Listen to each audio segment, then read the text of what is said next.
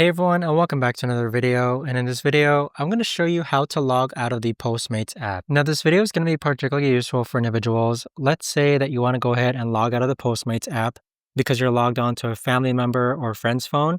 How do you actually go ahead about doing so? Now, this video is going to be short, sweet, and simple, guys. There's not going to be a lot of steps involved. So in order to do this, what you're first going to do is click onto Postmates. Then you're going to click on Account on the bottom right-hand corner. Next, you're going to click on Manage Uber Account. Next, you're going to click on the profile icon on the upper right-hand corner. And then you're going to go ahead and click on Sign Out, which is grayed out at the bottom. Now, once you do so, that should log you out of the Postmates app. But there you have it, guys. That right there is the best and easiest way that I know of to actually go ahead and log out of the Postmates app. If you guys know of a better or easier way to actually do this, let me know in the comments down below. I would love to know. Thanks so much for watching, everyone, and I'll see you guys all in the next video.